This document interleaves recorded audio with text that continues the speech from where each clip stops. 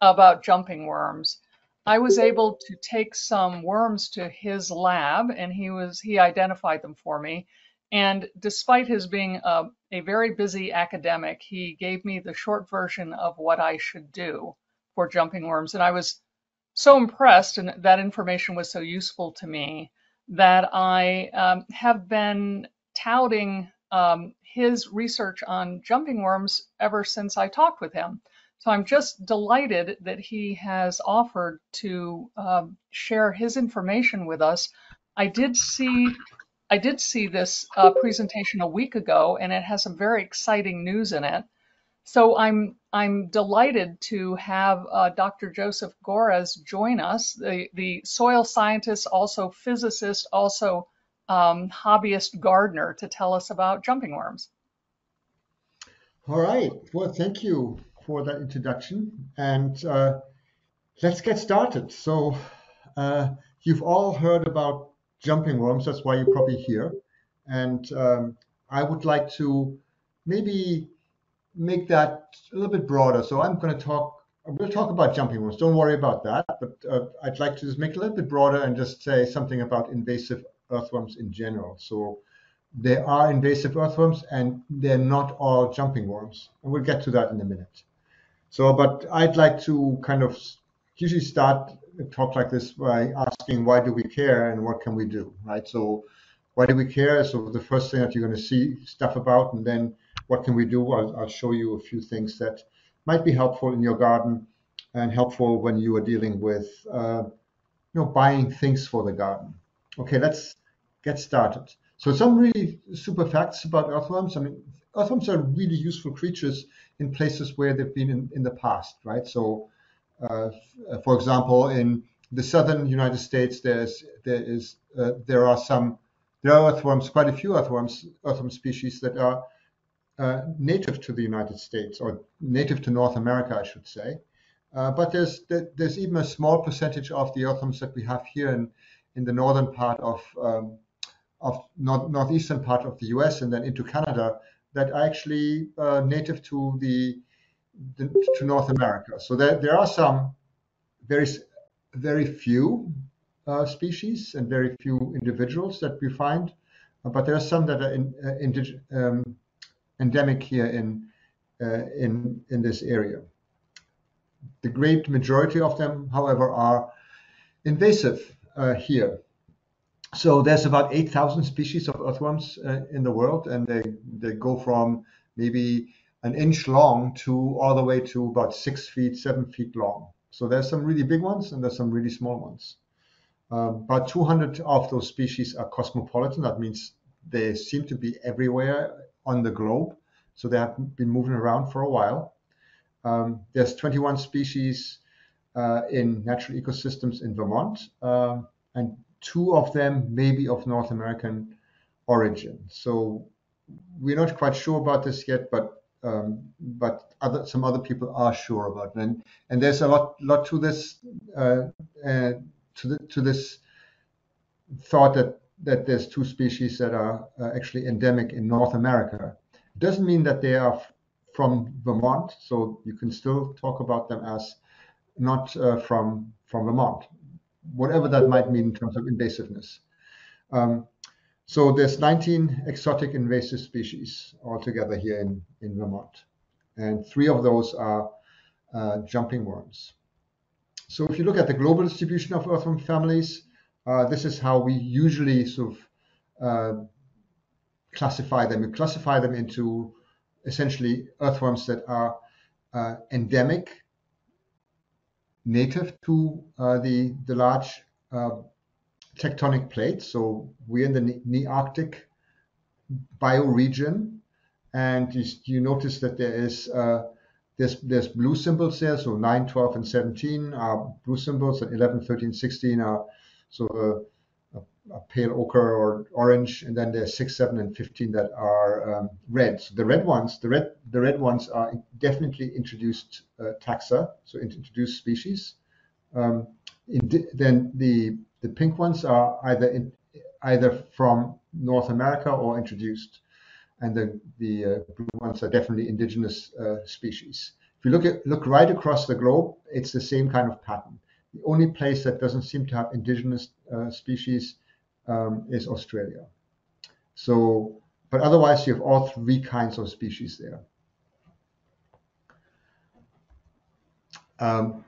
The other thing that has come up recently is sort of the question of where are they placed in the food web, right? So we always talk about the soil food web and how that is really important for assessing whether soil is healthy or not, and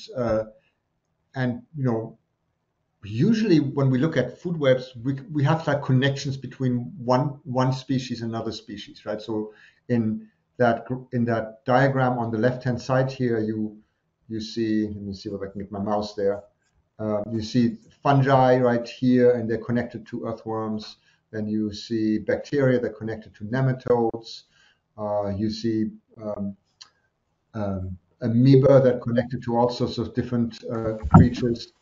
And you see that the earthworm is right in the middle of that, right? So it's a middle level, not very impressive place in the food web, right? So we always think about impressive places being right at the bottom of the food web or right at the top of the food web.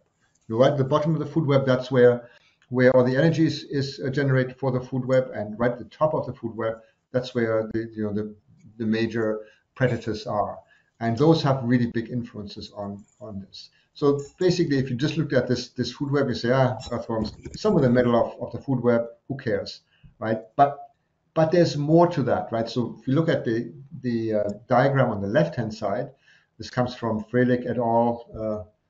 He has a really great paper out called Sideswipe, and it's about the influence of earthworms, not just on the food web, but on a lot of other things. And the place of the food web, if you look at the earthworm in this case, this earthworm is sort of eating everything. It's influencing all of these different species. So, in fact, there's this concept of ecosystemvore, meaning that earthworms are feeding on ecosystems. They're not feeding on individual creatures.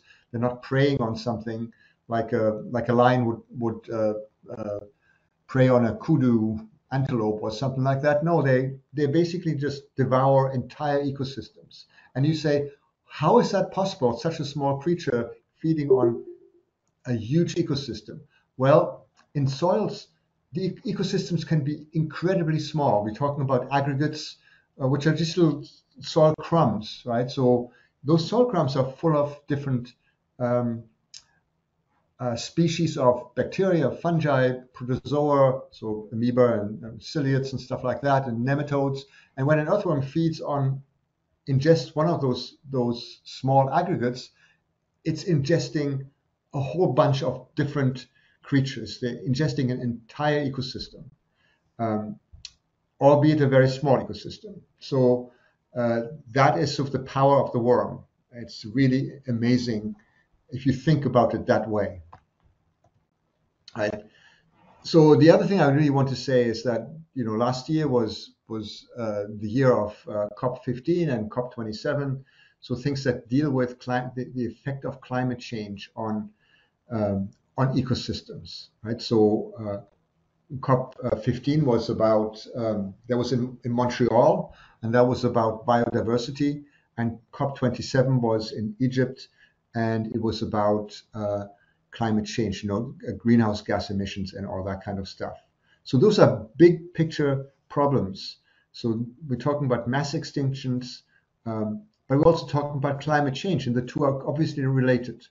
So one of the things that might accelerate these processes are invasive species. They just make all these things a little bit worse.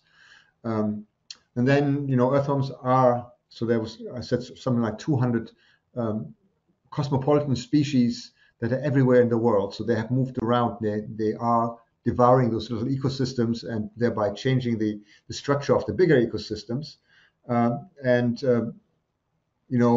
Those earthworm invasions go almost unnoticed. They're socially cryptic. We think of earthworms as good, so when we see an earthworm, we go, "Whoa, there's a nice earthworm there," right? But we overlook all the problems that come with earthworm invasions. Earthworms were not here in this part of the world, and thereby, if they come in, thereby the problems that are caused by earthworms can be enormous.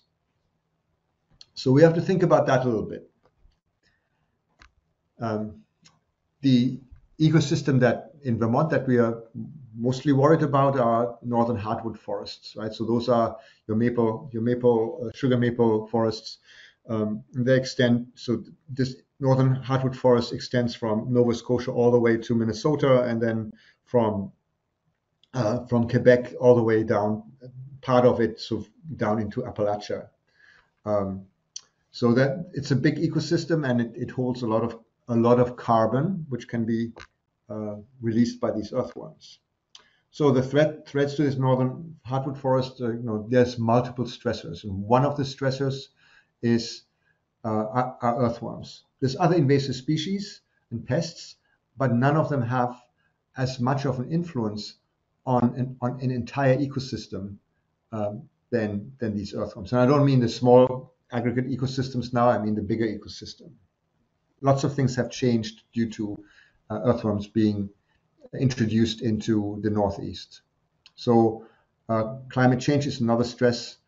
Development is another stress. Fragmentation of ecosystems is another stress. And the list goes on. So there's a lot of different things we have to worry about, right? So on the other hand, can we worry about all those things? No, we have to just do what we can in our gardens for better ecology. So we can go even further north. So now people are finding earthworms in various parts of the tundra grasslands. And one thing that's really interesting and probably something that we need to think about when we're gardeners is shown in, hang on, where's my mouse? Come back, please.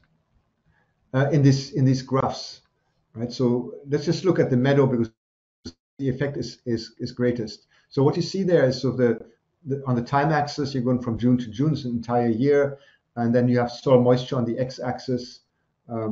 And what you find is that when you look at the ecosystem without earthworms, then you have those are the red lines. You have relatively high soil moisture, whereas when you have earthworms there, the moisture is actually less. And so that kind of ties up a little bit with what people observe in gardens and in greenhouses, that when earthworms are present, the soil moisture is actually reduced, and what we observe are drought symptoms. So that kind of goes a little bit with that. So I just want to point out, this black line here is the line of, we're now on the left-hand side, there's a black line going across Russia here and into Finland and Sweden. That black line is basically where the last glaciation was. And so we find earthworms north of that now, and we shouldn't really find earthworms there at all. When they get into the tundra, then they can release massive amounts of carbon dioxide. And I should say that that's not the coverage of these earthworms is not the entire tundra, but there are spots where they have been able to establish themselves. So in terms of forest, 860 gigatons of carbon sequestered in forests worldwide. So it's a huge carbon storage. Here in the northern and the boreal forests in North America, 220 gigatons. So about 40% of that amount of carbon is actually in the soil, and that is at risk of being released. 150 trillion tons of is the worth of forests worldwide. So that's a lot. And so, for example, that is measured not just in terms of timber, but also in terms of how well forests are protecting water supplies. For example, New York City New York City watershed is protected by forests. They did not go into as much, didn't spend all that much money on cleaning the water, but they were trying to protect that water by protecting the forests around their reservoirs. That was a really huge success. 30% of the land area is forested, so and 80% of the land species are in forests, the lungs of the earth. So we have to kind of protect them. So we are starting a big research project that we're hopefully going to get funded privately through various people and foundations. And this is what we're going to look at. So we're going to have sort of a superstructure where we're promising education, training, outreach, and policy work that has to do with invasive species, in particular jumping worms. And we're looking at these 4 areas of really important things for earthworms: spread, how do they spread, how do they impact the environment and society, how can we control them, and then what can we restore the soil, and can we restore the forests that have been and gardens that have been damaged by earthworms. So that's going to be a huge project, and this involves 10 universities in the US and Canada. So we'll be getting even busier than we've been. Anyway, so let's jump to identification of jumping worms and phenology, which is basically when do they hatch, when do they die, when do they turn into adults, and when are the times best to find them, when are they most obvious in your soil. So here's one of the creatures. Amynthus agrestis is one of the culprits of forest damage and garden damage, and we should never forget that. And so one of the things that I always point out is, here are the castings of that worm. They're very characteristic. They're very loose. You can move them around easily. They don't stick together really well. The other thing I point out is this band called the clitellum. This is an Underhill. And it goes all the way around the worm. It's not offset. It is nicely offset by color, and it's flush with the rest of the body of that worm. In many of the other species, non-jumping worm species, that is not the case. The clitellum is raised, and it is also closer to the color of the body of the worm. Right, so what is their phenology? So next week is the first week that I go out to look at my forested sites where I monitor for these worms, and I will find very small worms, very small. Most likely I find 1 or 2 small worms where I look very difficult to find. They're about not even an inch long. They're very slender, and then over a month and a half, these worms will grow to something that are maybe 2 inches, 2.5 inches long, and at that point we'll actually see a peak in their abundance, in the number of worms per square meter. That's how I measure them. So one year we had like 330 individual worms per square meter, which translates into something like what is that? 30.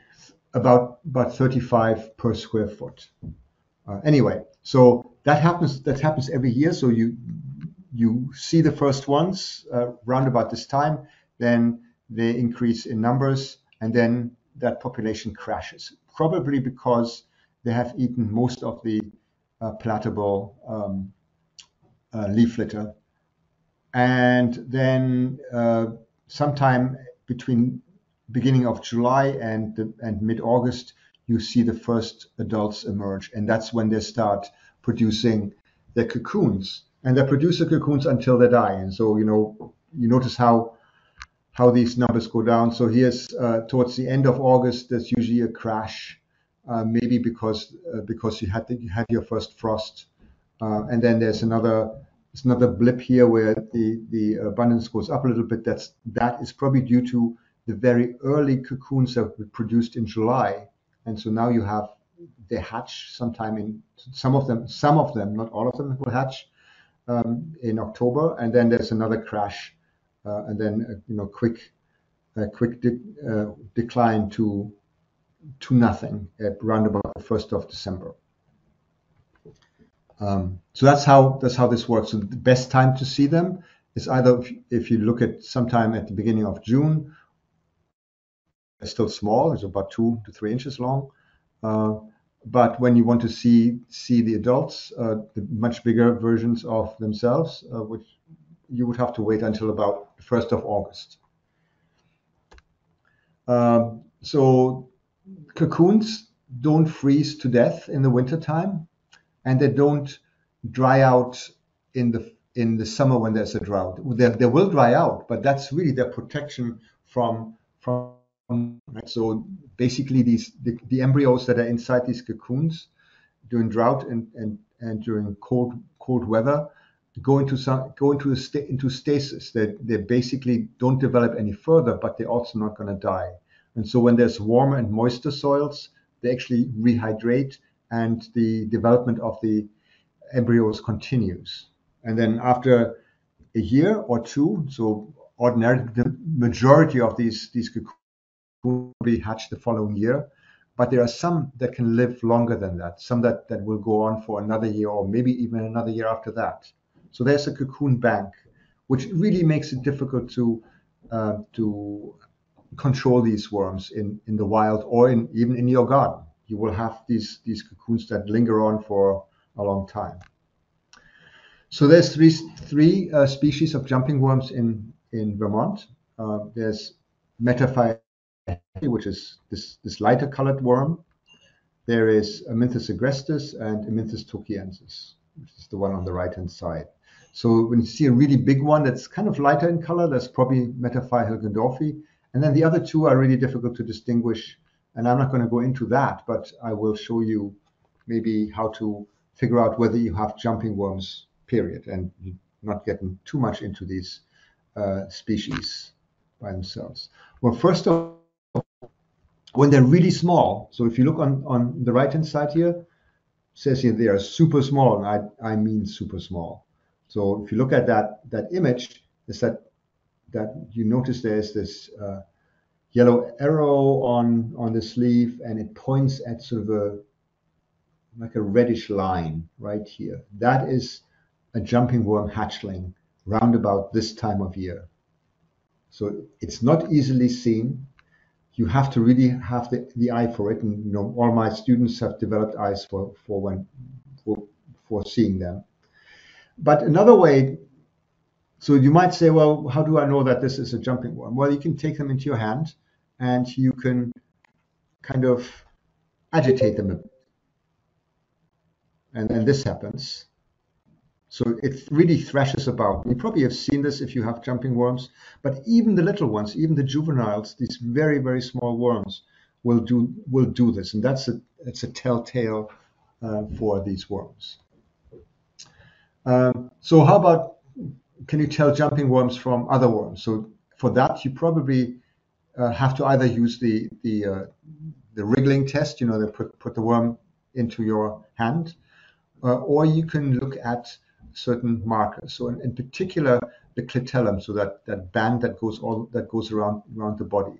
For European earthworms, that's the majority of the worms that we have here in Vermont. The clitellum is actually raised. So this is this photo by Kurt Hansberry. The clitellum is raised, and the color is very similar to the rest of the body. So that is not a jumping worm. Then jumping worm, as I said before, has a clitellum that is offset from the rest of the body by color, and it is mainly flush with the rest of the body. So that's a jumping worm, and it will actually move around like a snake. So that's the other thing. One of the worms that has a bit of a thrashing behavior that's often mistaken for jumping worms is the red red wiggler, which is shown in the bottom right-hand corner of this thing. It's super easy to think, oh, it's a jumping worm, but it's also super easy to convince yourself it isn't. And so how do you do that? So jumping worms are sometimes also known as yellowtail because their tails have a yellow color. And they're also sometimes known as tiger worms because they have these stripes right in.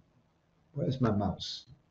They have these stripes right in between each one of the segments. So when they're stretched, you'll see this tiger-like striping along the length of the body. And that is then you're basically talking about red wigglers and not jumping worms. And so red wigglers are from Eurasia.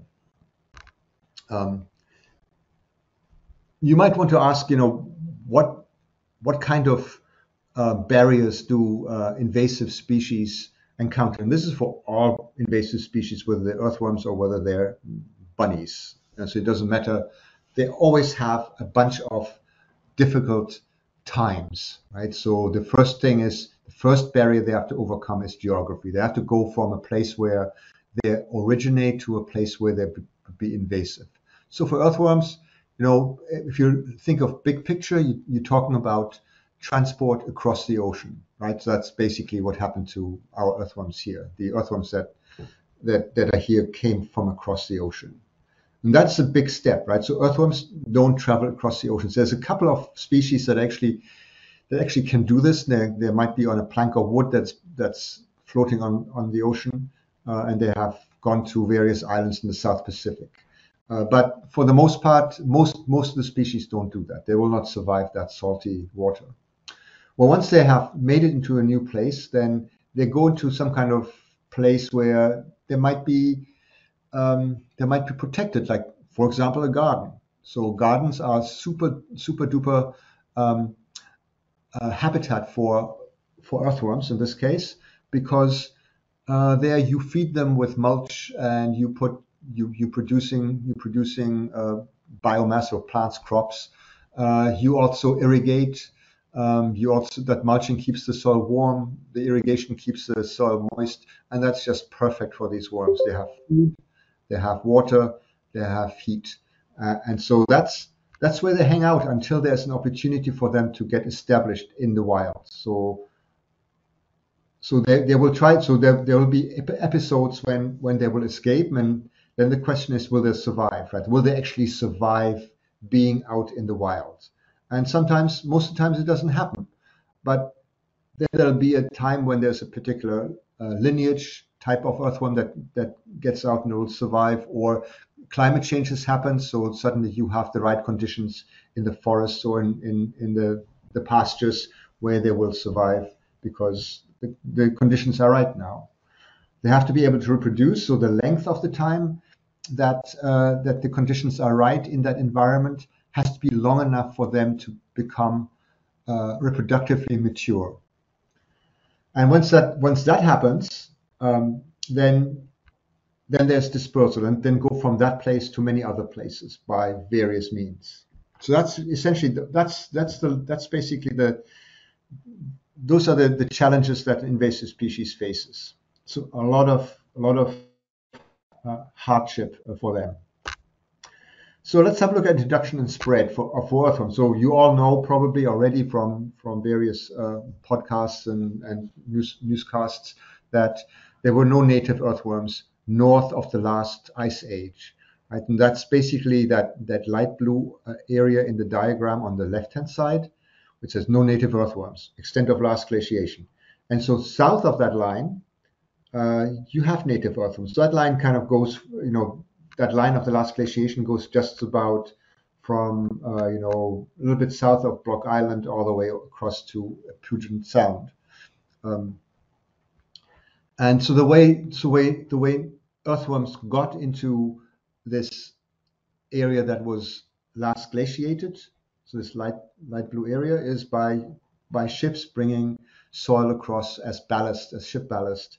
And so you would find night crawlers, red worm, red wiggler, and we call that the first invasion, the first wave of invasion. And now these worms are moving around with vermicompost, with compost, with horticulture, the bait trade. All those things will actually move those along into various places that they have not been before. So cocoons are a major thing for them, for these worms to, the survival strategy in the wild depends a lot on cocoons. Right? So they persist in summer droughts and winter and low winter temperatures, all the way down to minus 40 degrees Celsius. That's minus 40 Fahrenheit as well. And so they can persist, and they can then move around with compost or plant material, and other things as well. So it's not just these two, but those are major ones. In Vermont, we have these species, and the species name is given, and the date on which it was first discovered by, and not just discovered, but also confirmed by some scientists. It might have been there for much longer, so don't get confused by 1974, 2012. These might have been there for longer. So the four jumping worms that we have are Amynthis agrestis, Amynthis hilgendorfi, also Metaphylla hilgendorfi, that's the same, Amynthis tokiensis, and Perionyx excavatus. Perionyx excavatus is a composting worm, by the way. So it's only here in composting facilities. Pennsylvania, which is, so I should say, the black ones, the black worm names here are from Europe. The red is a native earthworm. There's another one that I haven't listed here yet, and then there is these lighter ones are the jumping worms. So that Dendrodrilus rubidus is now called Bimastus rubidus, and Dendrodrilus rubidus was attributed to habitats in Europe based on this Dendrodrilus. Now they figured out it's much more like a Bimastus genus, which is a genus that only occurs in North America. So now that this has been reclassified only a few years back as a species that is native to North America. Pennsylvania, so now we go on mostly south of the last glaciation. Now you start seeing more of these red species. And these red species are essentially, again, they are native to North America. Otherwise, you see the same kind of species from Europe and the same kind of species from Asia, those jumping worms. So the second wave invasion are the jumping worms, and they go by different names: snake worms, crazy snake worms, jumper worms, Jersey wrigglers, and wood elves. There's a whole bunch of more names, but those are the most common ones. And they're also known as ferritomoids. So it's this word here, and they're named after an old genus that they were all in at some point, Ferritema. They come over here by the, at least to the East Coast, by the gift of sakura, of cherry blossoms. There you go, in DC. That might have been the time that they came here. They're found almost everywhere in almost every state in the Northeast. They've been just discovered in California. They've been in California for a while, but there's been reports from Sacramento now, and one of our colleagues was actually on Fox News a couple of days ago, talking to them about these worms in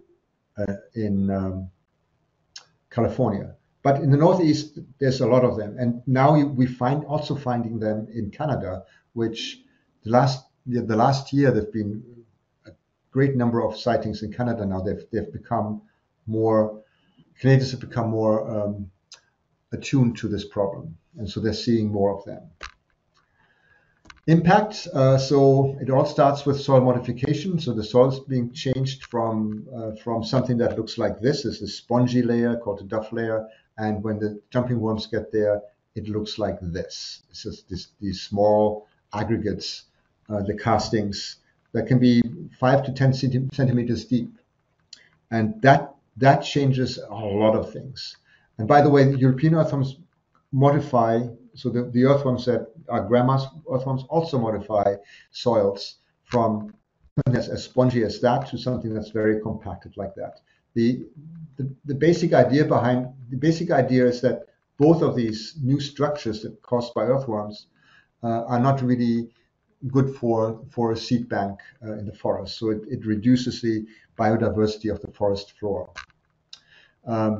We talk about cascades nowadays. So an earthworm can kick off a cascade of events. So here's an earthworm, gets into the soil, changes the soil, and that changes the amount of ticks. It changes how many buckthorn plants there are, changes all the nutrients. It changes the fire regime. It might cause more drought, and that has then more effects on, for example, Lyme disease, aphid problems, forest productivity, forest biodiversity. All those things are negatively affected, and it can all go all the way to human health, right? So allergies and Lyme disease are two things that might affect us. It also affects the economy and it affects the environment. So huge effects of these earthworms coming in. They're not just at that level of the soil, but it goes beyond that. So on net effect on vegetation, left-hand side, camel's hump, no earthworms, right-hand side, Amynthus agrestis invaded forest in South Burlington, and you notice the difference. There is just very little understory in the invaded place. Deer have something to do with it. Whatever is left after the earthworms diminish the seed bank, the deer comes in and feeds on it. And so the upshot is that even some of the woody plants might have a hard time to survive and to regenerate in this environment. Just to show you a picture or a graph of the regeneration of sugar and red maple saplings. So when you have jumping worms, you have on average, this is 48 sites all across New England. So it's an average. So an average of about a half a sapling per square meter. Night crawlers about 3, and then there's no earthworms, so you get into 8 to 10 saplings per square meter. So there's a big difference. So is there hope for maple syrup? We don't know, right? So that's 20, 30 years in the future. We don't know what is going to happen. So impacts observed in horticulture. So the very first report that was of some kind of interest to the New York Times was this place where they were growing and breeding hostas, and they had thousands of different species of varieties of hosta. And at some point, the Tiffany's who owned this place noticed that there was that their hosta plants began to shrink or to die, and then they looked into it, and they found that their roots were gazillions of worms, as Miss Tiffany said, and they had somebody come out and look at the worms and identify them as jumping worms. So that was the first sort of warning sign for gardens that I'm aware of. So they've been around in nurseries and greenhouses for a long time, but now the Maine Department of Agriculture, Conservation, Forestry, and Cornell Corporate Extension basically they actually put a warning out and say, hey, if you have these worms, you can expect severe drought symptoms in potted plants, but also in production beds. And so the worms can severely damage roots of plants in nurseries, gardens, forests, and turf. And not only just the roots, but basically they feed on the medium that the roots are sitting in. So there are real effects. So we did a small experiment just to see what happens if we took cilantro plugs, so very small, maybe an inch in size, and we transplanted them into 3 different media. So it's the same medium, but the medium was exposed to worms in different ways. So on the left-hand side, you see cilantro plants that were transplanted into potting mix without any jumping worms. Then the center one is cilantro plugs potted into Amynthus, so jumping worm castings, and none of those plants really survived. You notice the stunted growth. You notice that there's a couple of pots right here and right there where there's really no growth at all. So there was growth, but they all died back because of drought symptoms. And then over here you have some mixed results when we put the cilantro plugs in at the same time as the amynthus. So there was no castings yet. So some of those things survived and some of them died. So that one of the things that you can learn from that is if you have these worms, you may want to plant the plants below the casting layer. That means you have to maybe plant larger plants than seeds or small plugs. How can they be controlled? We tell anybody that calls me or the master gardeners, what can we tell them when they're panicked and say, we have these worms, oh my God. So you haven't got them yet, avoid getting them. So propagate from seed and cuttings, exchange bare root plants. If you have to exchange if you're in a club and you have these beautiful flowers and you want to share them with somebody, make sure that you kind of wash the roots and hand that over bare root. Solarized soils and soil materials that you're buying in, or ideally don't bring anything on site at all. That's really tough because many of you might be organic gardeners, and so you're relying on stuff that you bring that's high in organic matter, like compost and manure and maybe leaf mulch. Leaf mulch is probably the worst thing you can put in there into your garden in terms of earthworms.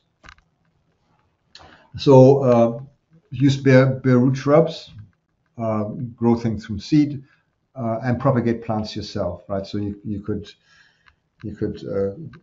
propagate from cuttings, and you probably have learned some of that, where to cut cuttings, and what to do with that, and how to plant bare root trees. And then solarize everything, so prevent the invasion. It's pretty well known now that worms and cocoons don't survive temperatures above 104, 105 degrees Fahrenheit. And so if you're able to solarize, and the best time to do this is probably mid-May all the way through maybe early September when the sun is still hot. You want to solarize for 2 to 3 days. You don't want to make that solarization package, I'll describe it in a minute, thicker than 6 to 8 inches. And you don't want to, and you can make it as big as 10 to 15 feet. It's some work that you have to do, but I think it's well worth it. So what I do is plastic drop cloth, that's cheap. I put a layer on the ground, right here, this bottom part. I put the mulch on there, or the compost or whatever I bring in, and then I put that drop cloth right over the top of it. And then I kind of push it underneath the compost, the mulch, and so on. And I pull some of the drop cloth up. So that gives a barrier to these worms. These worms are really escape artists, so you want to make sure that they're not going to make it out. And after 2 or 3 days in hot sun, this package will be at 60 degrees Celsius from the top to the bottom, even at the bottom here. But you have to wait long enough. So 60 degrees Celsius, but 150 degrees Fahrenheit. That should kill everything. Even if you don't get it to 150, only 120, that's still 5. Things to worry about is that these worms move. They don't like to be in hot places, so they move probably down, because that is the slowest way that's the place that probably heats up the last. And so that's something you have to worry about, that they get down there, and if you don't leave the package out for long enough, then they'll still be in that compost. If you got them already, then don't let anybody point fingers at you. It's just something that happens. It's a bit like catching COVID, right? It happens to most people, and you shouldn't be ashamed of that. But then think about what you can do.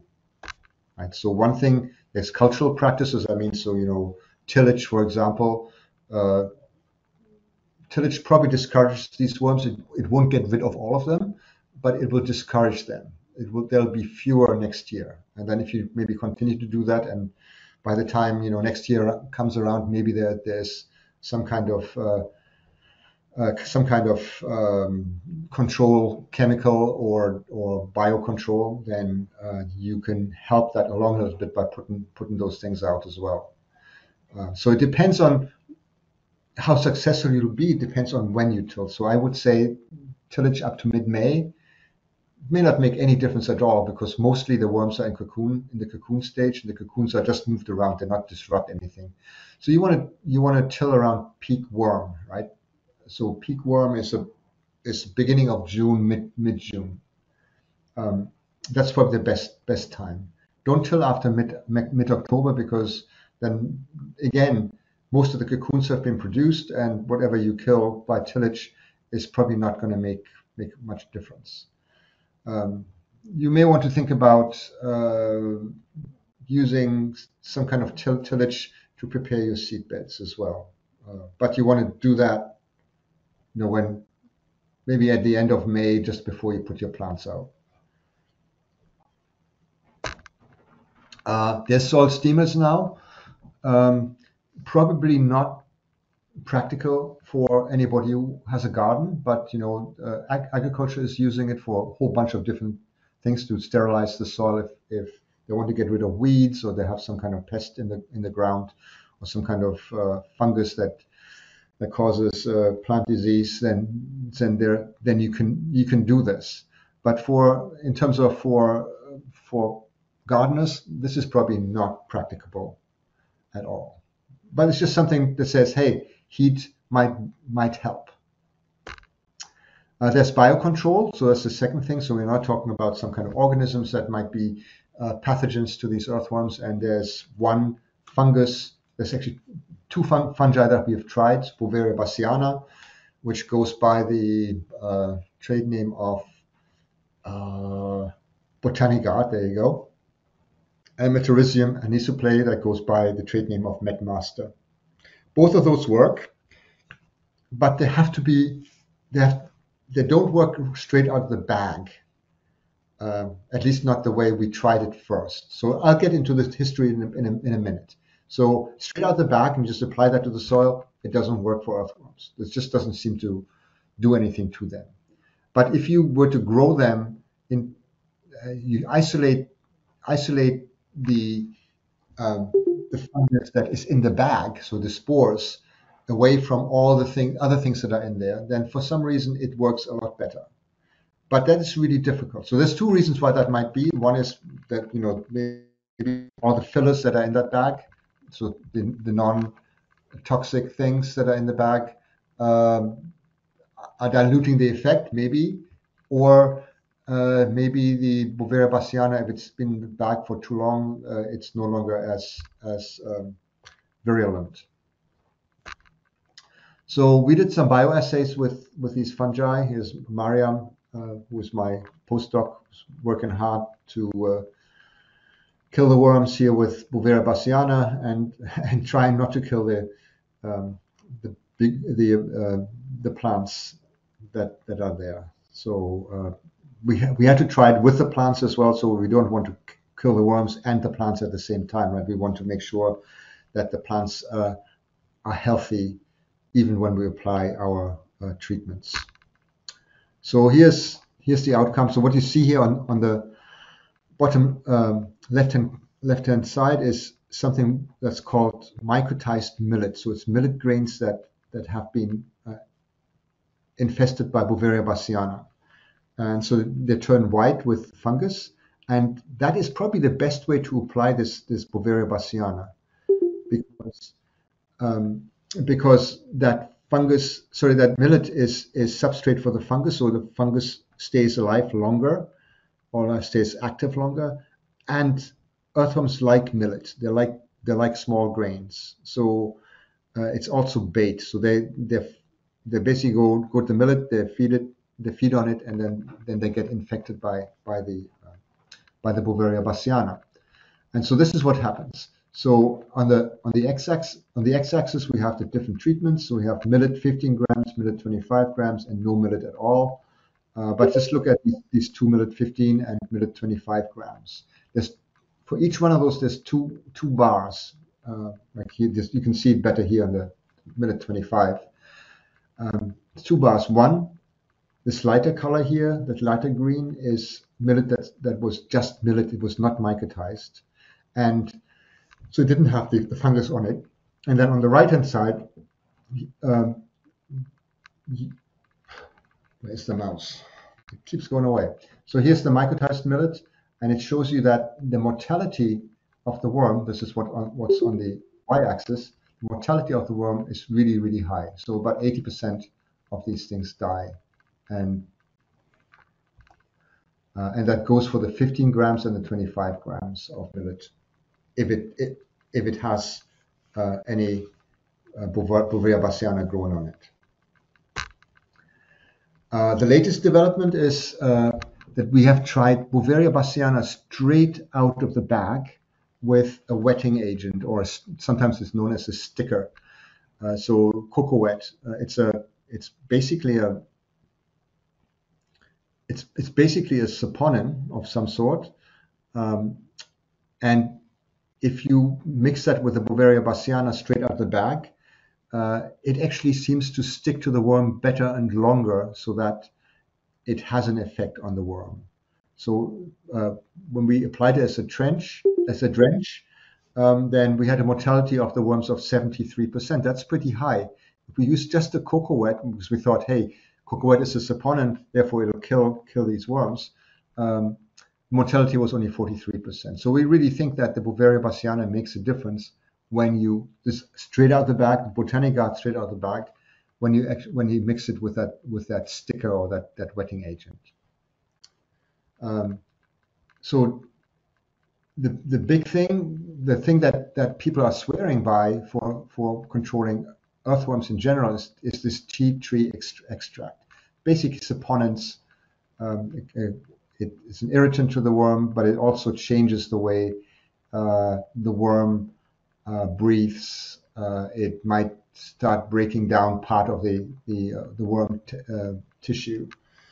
So there's a company that is now trying to get that tea tree seed extract certified as a vermicide. There is no vermicide that is certified. There's lots of vermicides, but none of them are certified currently. So that tea tree seed stuff is certified. Probably going to be certified within a year, and then it's available on the market. I keep you posted. There's other interventions you could take. So here's some work that Mariam did early on in her stay at UVM.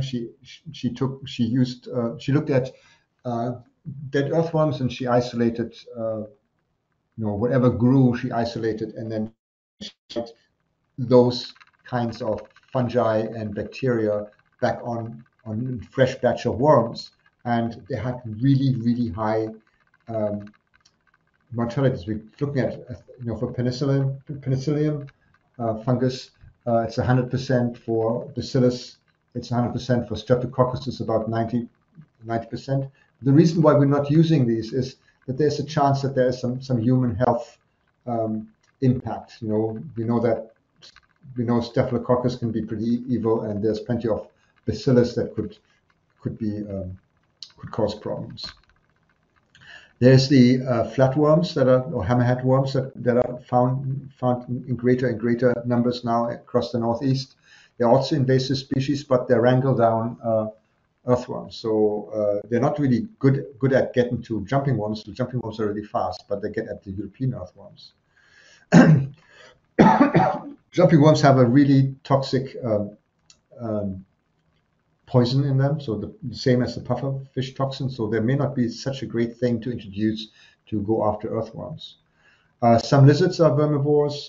Birds eat them. So woodcock is actually a obligate vermivore, has to have earthworms as food. And then there's, of course, ants that are also antagonistic to earthworms. So biocontrol summary, There are no biopesticides currently certified. Bovaria bassiana kills the worms when a pure culture is used. So we have actually sort of an emergency certification for Bovaria bassiana, the Botanigard, from the Department of Agriculture here in Vermont, or the Agency of Ag in Vermont. So we can use this definitely in experiments, but I think it's also probably useful in other cases.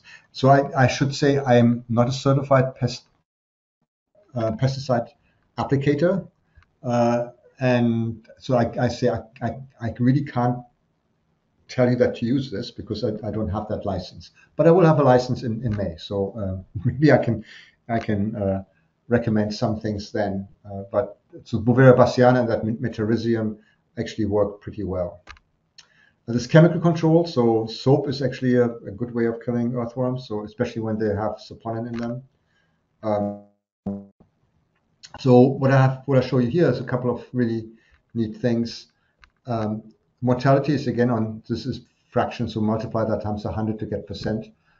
So 10%, 20%, 80%, 90%. These are adult worms that they tend to not be as susceptible to these pesticides or to these substances. They're not really pesticides. This lighter area here is Bovaria bassiana, microtized millet. So that's kind of our standard. So it's a little lower than when we use the juvenile worms.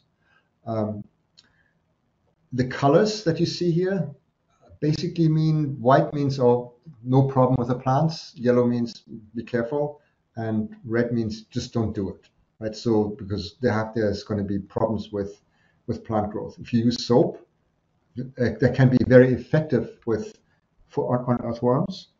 So it shows pretty much as effective as Bovaria bassiana, the millet version of it. So pretty much the same mortalities, but soap really slows down plant growth.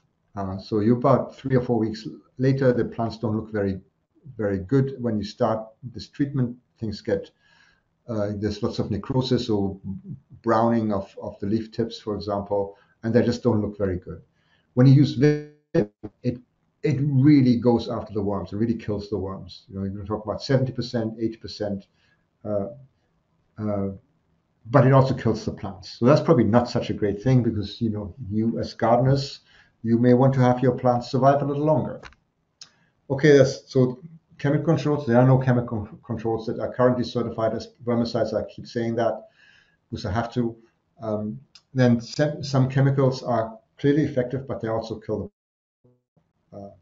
the tea tree seed extract is available. You can buy it, but it's also not certified, so that the application for earthworm applications is not legal. So what makes this research such a slow process? So I've been at it for 12 years. Lack of funding from large funding agencies. The worms only have one life cycle per year. Scientists live by repeating their experiments to make sure that whatever they find is really true. And then the research that we're doing is really on worms at the moment, but we have to include cocoons in this research because the cocoons is what the survival structures are of these worms. We can kill the worms, but we have been highly unsuccessful killing the cocoons. So that's some of the research that we're going to do over the next few years. And with that, I invite you to ask questions. And I'm going to unshare.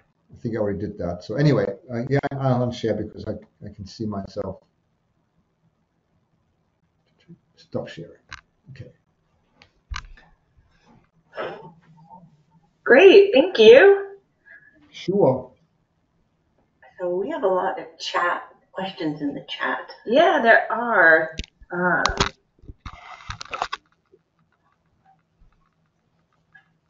Do you want me to read out some of the questions in the chat? Yes, please. Sure. So the first one that came in was from Hattie, and are the earthworms present, not the jumping worm, all non-native to northern hardwood forests, or have they been naturalized? If naturalized, how have they changed the landscape as we know today? Yeah, so it so many people think of the earthworms that we have in northern in New England as naturalized. They have done the damage already. Um, so most of the forests in the Champlain Basin will have earthworms in them, and they will no longer have that really nice spongy layer. Um, so all of them are exotic, and I'm not sure whether we can call them naturalized at this point. It's only been about 300, 400 years that these worms have been here. So some people call them naturalized. Yeah. So the European worms are probably, the Lumbricidae, I should say, that's their family, um, are probably good for your garden, bad for the forest. And so there are still areas in Vermont where you don't find any earthworms. So in the mountains and some of the big swathes of forest land, further into the boonies, there you probably find quite a bit of land that's not invaded yet, even by Lumbricidae. Um, and so when they get there, then they will do their damage again. So I shy away from calling them naturalized for sure. So as I said, there are a couple of worms here, that the species that are regarded as North American, but then where's the line where that you have to cross to become an invasive? Is it only if you look at entirety of North America, right? So you can bring maybe a worm from Texas, from Louisiana, all the way up to Canada.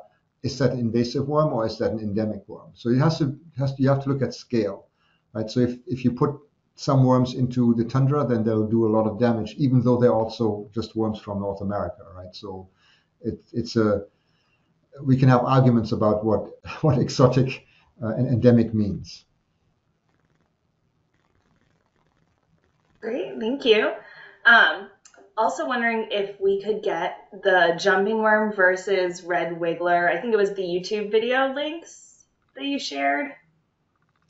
Um, yeah, I can see whether I can put that in the chat. Give me a second. This will take Of course. some doing. Let me see.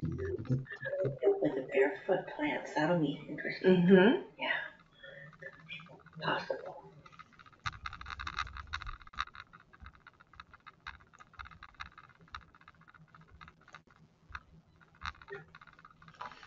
Okay, so the video that's in the video that I have is actually a video by somebody else. So that's not on YouTube at all. So Okay. that juvenile thrashing about. Mm-hmm. But there is a YouTube link that I'm going to copy right now and put in the chat, that shows you how adults thrash about. And I suspect that you're going to post the recording, right? So you can always go back to the recording and fast forward to this. Absolutely. Yeah. Let me see. Where's the chat? So in the top right, it looks like two little speed bubbles. I see it. Yep, here it comes. So this is the link. Awesome, thank you. All right, so we've got a couple other questions for you. Bevan was wondering how we deal with barefoot plants brought in from other states. Bare root.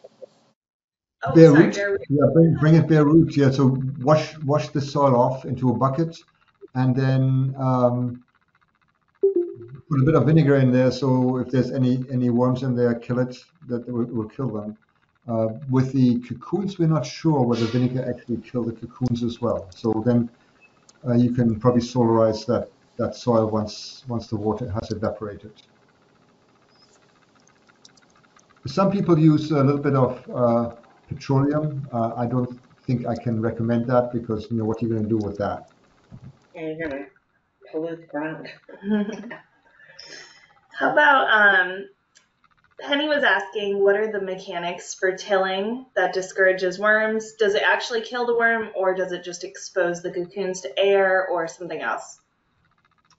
If you kill the so the cocoons are actually formed outside the body of the worm, right? So basically, the cocoon forms around that band, and then that cocoon moves. So actually that band has a female pore. So when that cocoon is formed, the egg is put into that sheath that forms that will later on become the cocoon, and then once the egg is placed in there, the cocoon sheath is moving forward and then slots off over the nose of the worm, and then the ends kind of pinch closed, and that makes that cocoon. Um, so when you kill the worm, no cocoon will form, and the eggs themselves, if there were any, would not survive the harsh soil environment without being in the cocoon. So kill the worms, you killed it all. Great, thank you. Hattie was wondering, are woodcocks a predator or not a predator of the jumping worm because of maybe the toxicity to the bird?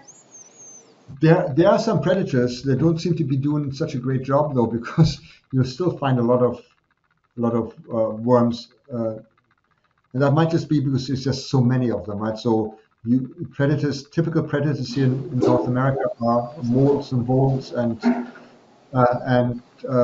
salamanders, as well as quite a few birds will feed on them. But it doesn't seem to make much of an impression on the numbers, even though you know that and snakes as well, even though you know that those predators are there. And it might be maybe it's partly because there's a lot of them, but maybe some of the predators don't recognize them as prey because they're so different. I don't know. Really good question. But there are predators. There's just not enough. So he asked, when solarizing, can you surmise how many hours the 120-degree temperature needs to be maintained throughout the material to kill cocoons? For instance, like if the temperature goes down at night, if there are cloudy days when the sun is stronger. Yeah, so the temperature in that package will, once it reaches that temperature, will stay. I wouldn't say it stays constant, but if you bring it up to 160 degrees Fahrenheit over the day, then overnight it might drop to maybe 120. It stays warm for a while, and then I think you should have it in full sun for 3 days in a row. And so before you solarize, look at the Weather Channel, the 7-day forecast, and see whether there's 3 days of sunshine coming up. Great. And Bevan was wondering how this impacts no-till farming practices. Yeah, it's a really good question. We get more reports from agriculture now, and it's probably partly because they start to recognize what these worms are. But I haven't really gone out and counted worms in no-till agriculture, but people are worried about it for sure. So yeah, I had reports from southern Vermont and New Hampshire, and then a couple of farms not far from Montpelier that are worried about them. So I mean, they might see worms and they say, well, these are jumping worms, but maybe they're not. It's just easy to confuse these worms. I have to go out there this May and have a look. Great. Penny was wondering if there are any safer composts, like homemade bulk composted cow manure, bagged composted cow manure, your own leaves, straw from straw bales. Yeah, I mean, if your property is worm free, then producing your own compost is probably the safest way of going. It may frequently it's not the actual producers of the compost, but it could be. There's a chance of that, but there's also a chance that when you buy bulk compost, that you find that the bulk compost was not contaminated at the producer's site, but at the site where it was stored in a resale situation, right? So you have maybe a garden center that sells somebody else's compost, and that's where maybe the contamination happens. Otherwise, any kind of compost can be invaded by these worms. So you have to just be careful. Soilizing is a lot of work, but if you're concerned about these worms, then it might actually be a good thing. Great. Where should we report jumping worms? Is there an IMAP invasives like New York has? If we're hesitant, how do we protect our location? Yes, Vermont also has IMAP invasives, and they're recognized as invasive species now in Vermont. So you should be able to enter them in there. And there's probably a jumping worm or ferritomoid project where you can put them. Thank you. Oh, yeah. That's wonderful. Yeah. Any final questions from anyone? That kind of gets us through our chat. I see something about citizen science. That was the question about IMAP. Yeah, okay. IMAP invasives. Penny, Hi, Penny. I always have questions. So, Dr. Gorres, with regards to citizen science, would you encourage us to be completely transparent as to where the jumping worms are? Or if people are hesitant about that, is there a way that we can say Underhill? Or do you as a scientist want to know exactly where they are in Underhill? Well, as scientists, I would like to know exactly where they are, but I think if you're hesitant revealing that you have these worms, I mean, there's a stigma attached with that, and you know, if you see them at a commercial site, whether it's a composter or a nursery or a garden center, then you may not want to point fingers at that because I mean that's their livelihood as well. But ideally, we would like to know exactly where they are, but you can also just put in the town. I did want to tell you anecdotally that I have talked with other people in Underhill. I've gone to other properties, and of course, most of us are rural properties surrounded by forests at the forest edge. And I talked with a professional gardener who has been to a lot of properties professionally. So she does gardening for people, and she said every property she's gone to has jumping worms. Yeah, yeah, uh, that's a fair observation. I think a lot of places have these jumping worms, and you know, most likely they came in with with stock that they bought from a nursery or compost, and so I mean it's just so difficult. I mean the big thing is even if we find something to kill these worms, it's going to be difficult to eradicate them totally within a year, right? So you probably have to you're on a 5-year plan ish.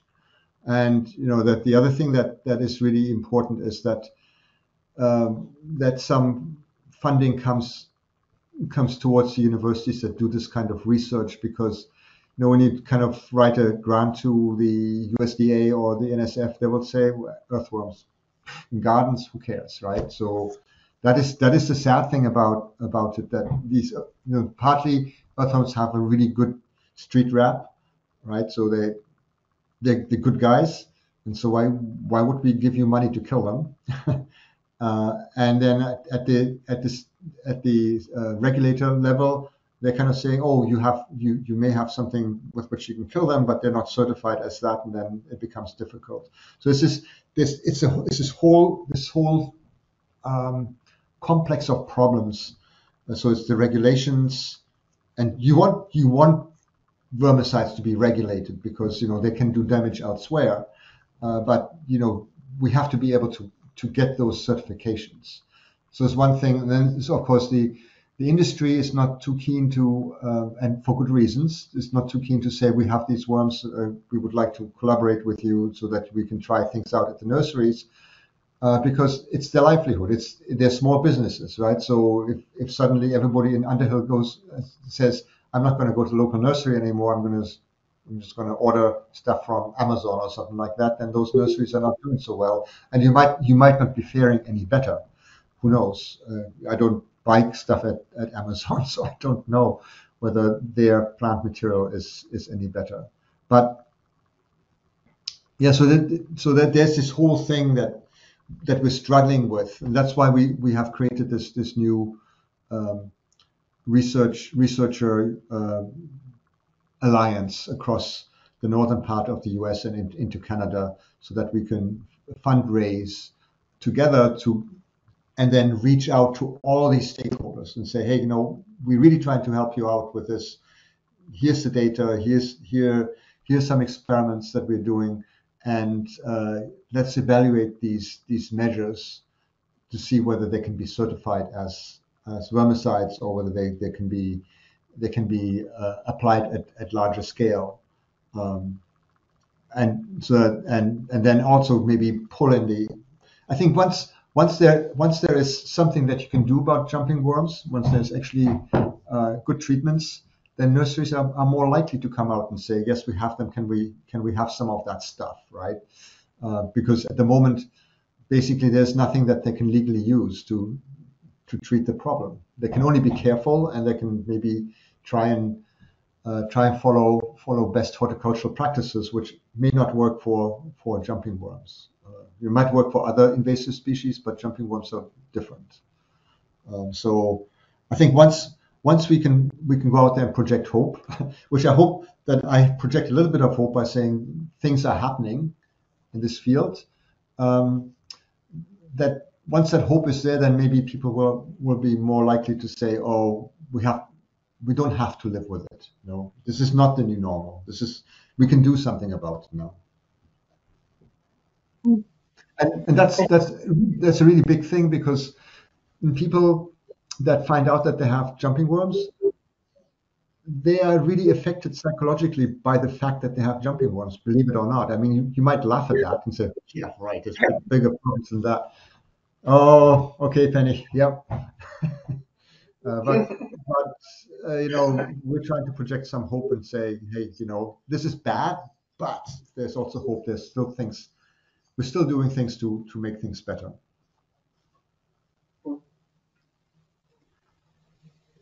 Great. Well, very good. If folks still have lingering questions, is there a way they can reach you, Josef, to talk more? You can ask me more questions right now. So, or if you want to go home, then you can give me my email. Penny has that.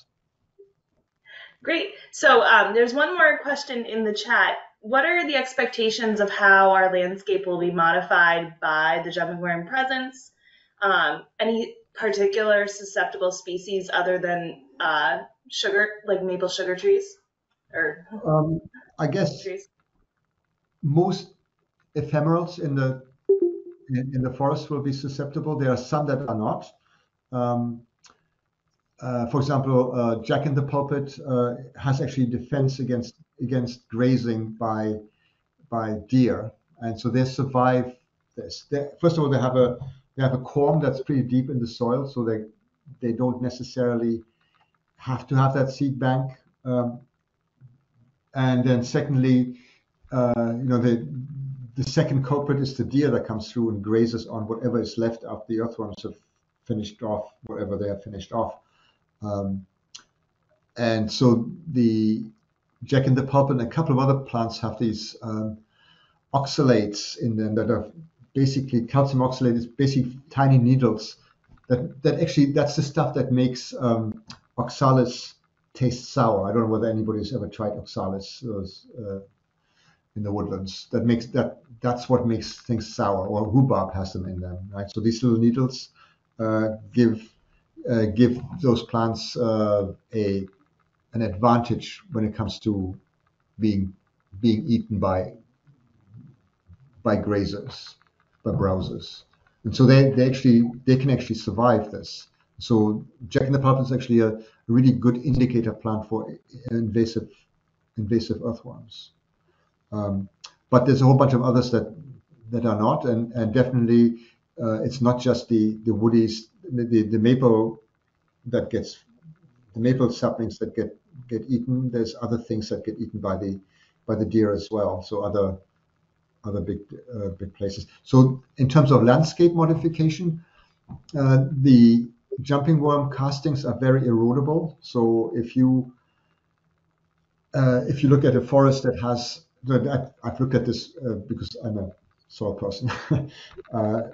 I've looked at some forests where jumping worms are on steep slopes, and you can actually see where some of the castings have been eroded away, and so that makes a difference in the landscape and might even move some of the nutrients into susceptible water bodies that where you don't want too many nutrients like phosphorus and nitrogen. Otherwise, you get algal blooms and stuff like that. So there's that. Sure. How about ramps or wild onions? Do you think there'll be an effect there? Good question. I don't know. So I think anything that has a below ground structure to regrow from the next year might be in a better position than anything that has to grow from seed. Great. Awesome. Well, thank you so much, Josef, for joining us tonight on our Underhill Conservation Commission educational series this year. And we really appreciate your time and knowledge and a great presentation. And your little bit of hope. Go ahead, Penny. We appreciate your little bit of hope. Oh, plenty of hope.